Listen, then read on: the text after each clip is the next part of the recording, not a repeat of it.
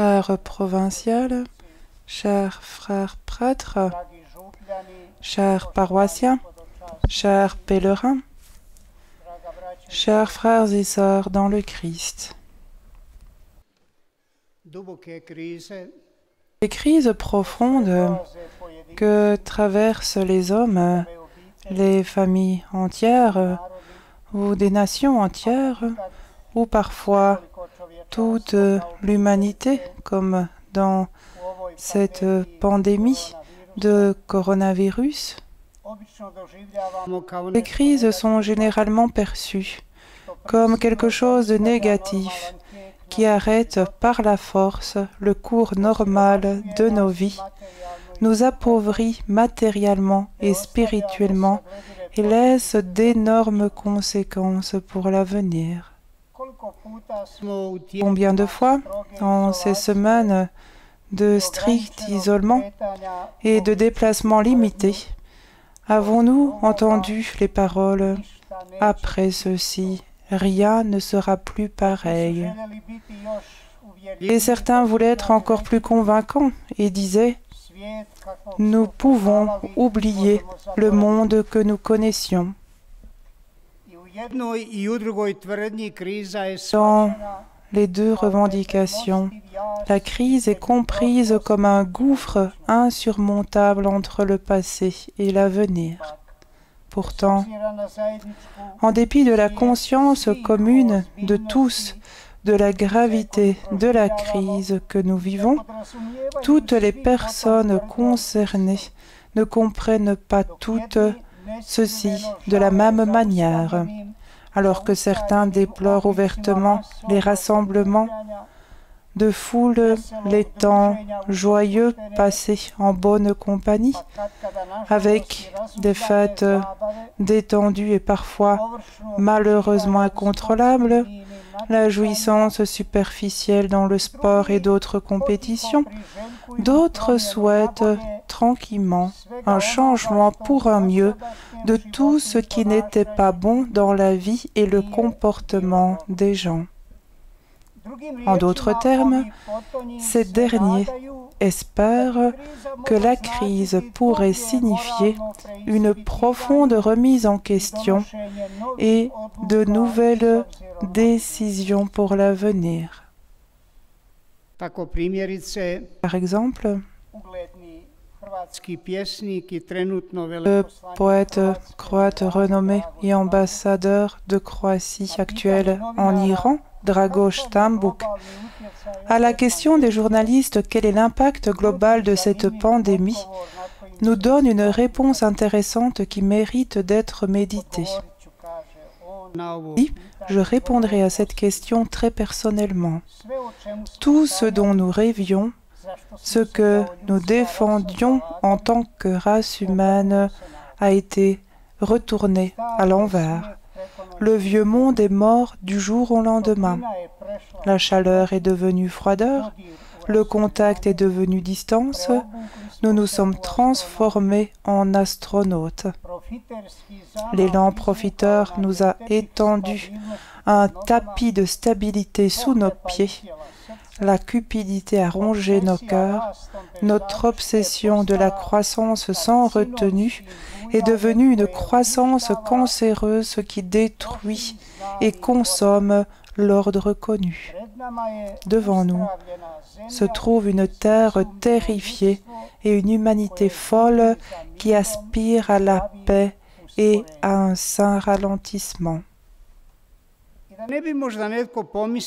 Et pour ne pas penser que tout cela est le fruit du hasard ou peut-être l'œuvre d'une cause inconnue, le poète poursuit sur un ton prophétique faisant appel à la conscience de chaque homme. Il dit « Le virus est la naissance des ténèbres, le symptôme de notre insatiable ambition de maîtriser la nature, pour revenir à nous-mêmes, à notre être originel, à l'harmonie avec l'environnement dont nous sommes issus. La transhumanité, où on nous mène la transhumanité où nous mène le progrès technologique est le début de la fin de notre humanité. Réveille-toi au monde et réalise que tu t'avances sur un chemin destructeur vers l'abîme. Grâce à Dieu, au fil des temps, la force du virus a commencé à faiblir, tout comme les mesures strictes d'autoprotection. Pendant la crise la plus aiguë, anticipant avec impatience, de nombreuses personnes se sont posé la question « À quoi ressemblera la nouvelle vie normale ?» Il faut dire clairement qu'une telle question déjà nous mène sur un mauvais chemin, car elle nous suggère que tout était normal avant la crise et qu'il est possible de prévoir une nouvelle normalité après la crise. En observant le comportement de nombreuses personnes au cours des dernières semaines, il semble que le plus important pour elles soit de faire revivre au plus tôt la manière de vivre antérieure, ce qui devrait probablement être cette nouvelle normalité pour elles. Et le virus semble impatient de revenir. Donc nous n'avons rien appris de la crise qui s'est brièvement apaisée. Nous n'avons pas réalisé que cette pandémie pourrait vraiment être le début de la fin de notre humanité, car le monde s'avance sur un chemin destructeur qui mène à l'abîme, comme le poète l'a dit. Et pour voir que nous ne comprenons vraiment rien, il suffit d'écouter attentivement quelle nouvelle normalité les candidats aux prochaines élections nous proposent sur la scène politique. Au cœur de leurs discours et promesses, il n'y a pas Dieu, et l'homme créé à l'image de Dieu, et la vie humaine de la conception à la mort naturelle, mais bien eux-mêmes avec leurs propres intérêts et un monde à leur mesure.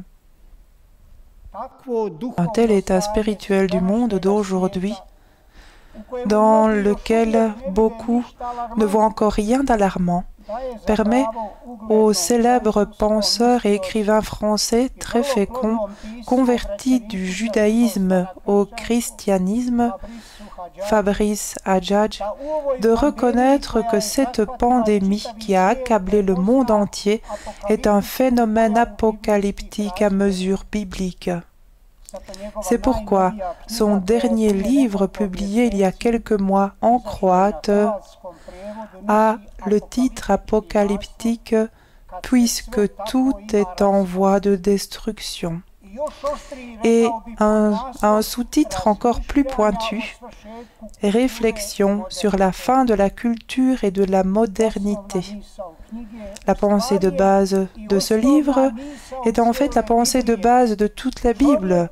L'homme planifie les temps futurs et les événements futurs, et le véritable avenir du monde vient toujours de façon imprévisible de Dieu.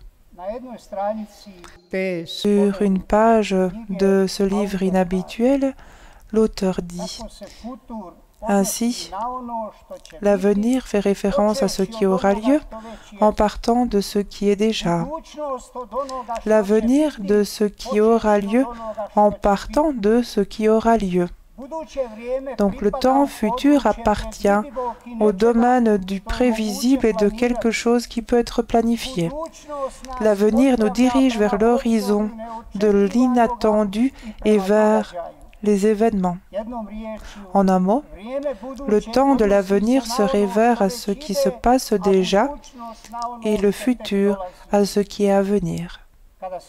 Quand ça ne va pas pour le monde, dit-il, quand il nous semble qu'il va vers la perdition, ce n'est pas un obstacle à la venue du royaume.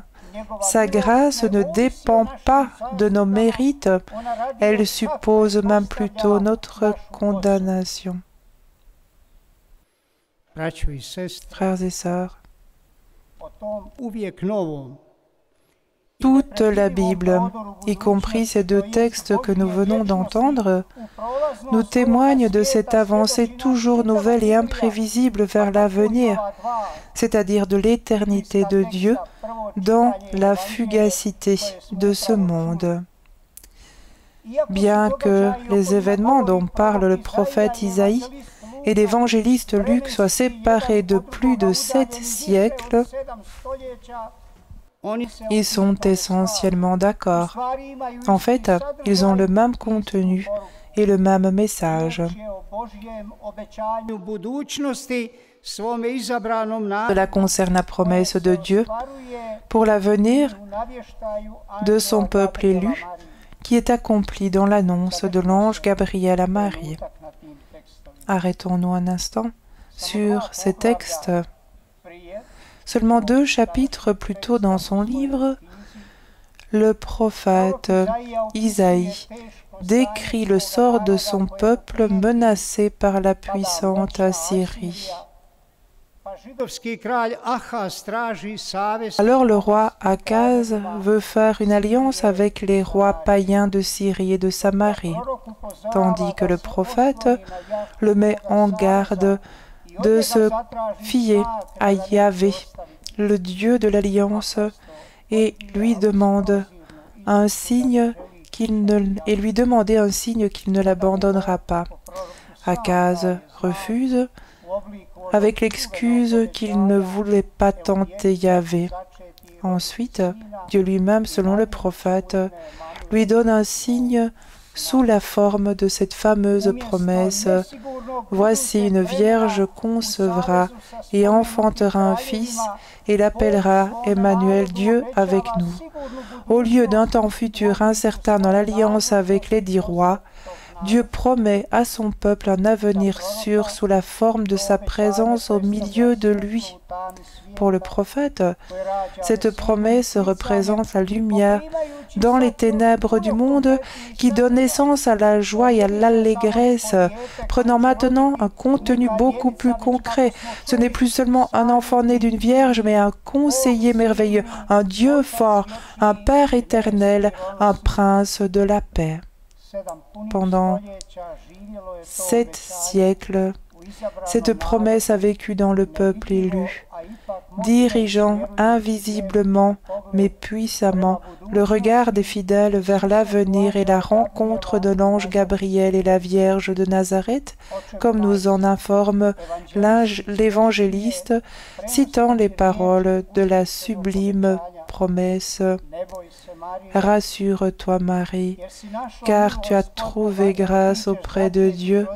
Voici que tu concevras et enfanteras un fils et tu lui donneras le nom de Jésus. Il sera grand et on l'appellera Fils du Très-Haut. C'était une introduction à la magnifique visite de Dieu sur cette terre dans la personne de son Fils et une annonce de la grande œuvre de réconciliation du monde avec Dieu. Il y a 39 ans, sur notre pot de Bordeaux, une femme de l'éternité est également apparue de manière inattendue et a appelé l'humanité à s'ouvrir à l'avenir que Dieu offre à travers elle. Un journaliste et publiciste allemand, Alphonse Sarrer, auteur de 2 livres précieux sur Medjugorje, appelle Notre-Dame la femme du futur, lorsqu'il dit dans son livre, quelque part après notre 3e visite à Medjugorje, cela est devenu clair pour nous. Ce personnage merveilleux qui attire des millions de personnes du monde entier en Herzégovine et que les voyants appellent Notre-Dame. Ce personnage vient du futur. Alors que l'on discute de moins en moins de l'exploration de l'avenir par l'homme, car les gens ont entre-temps radicalement expérimenté les limites de ces possibilités, la femme sous la croix vient du futur absolu, de l'avenir final. Elle vient devant l'humanité et ouvre des perspectives dans des dimensions beaucoup plus sérieuses de l'avenir dans l'avenir de Dieu. Ce fut une découverte excitante pour moi, conclut Sarah. Frères et sœurs, Marie est la femme de l'avenir, parce qu'elle est une personne qui, avec sa vie et son ascension au ciel,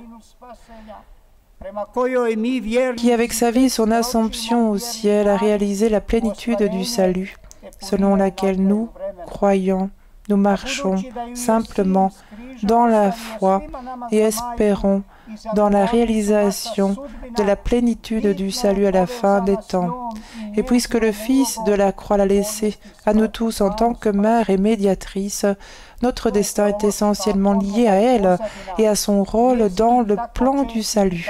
C'est la base théologique et le contexte de ces apparitions si fréquentes, en particulier dans les temps historiques difficiles, lorsque le monde est empêtré dans ses contradictions et que même l'Église n'a pas une vision claire de l'avenir.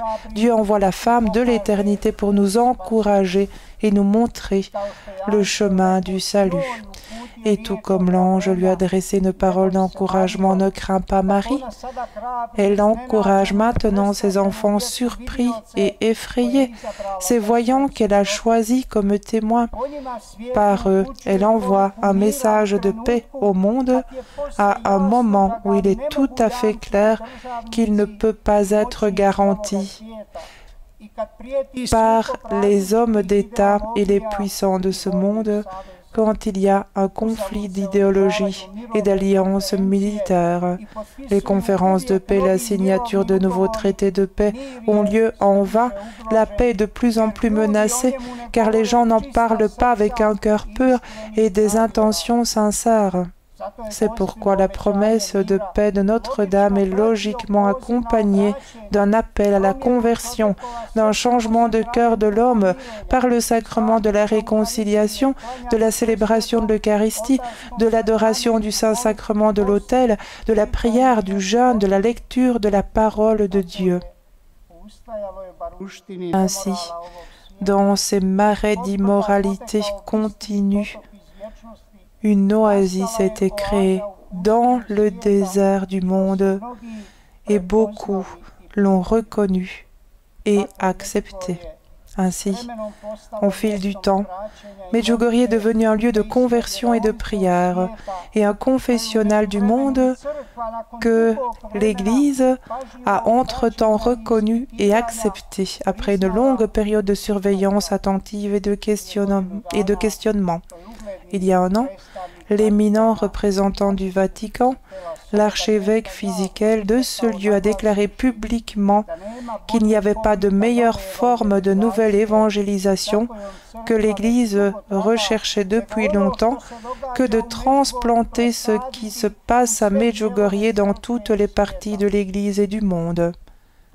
Cela est indirectement confirmé par les paroles du pape émérite Benoît XVI, qui, dans son livre récemment publié, lorsque des journalistes lui ont demandé ce qu'il pensait de l'état spirituel du monde d'aujourd'hui, avec beaucoup de sérieux, après avoir mentionné quelques déviations morales concrètes, il a averti que ce qui est invisible et se déroule derrière de telles déviations morales visibles est encore plus dangereux.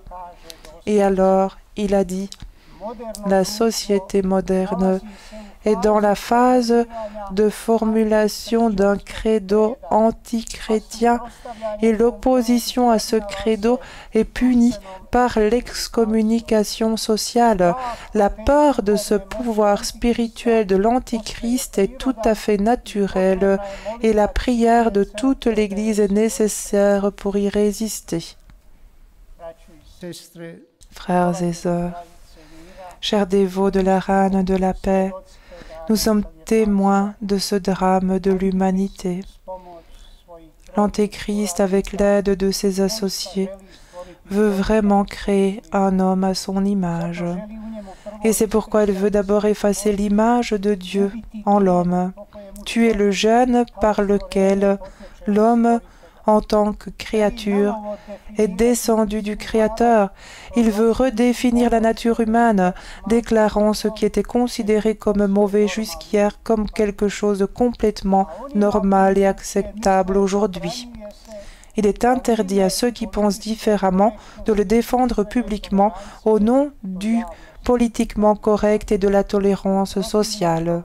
Sinon, ils sont déclarés arriérés et opposés au progrès de la société.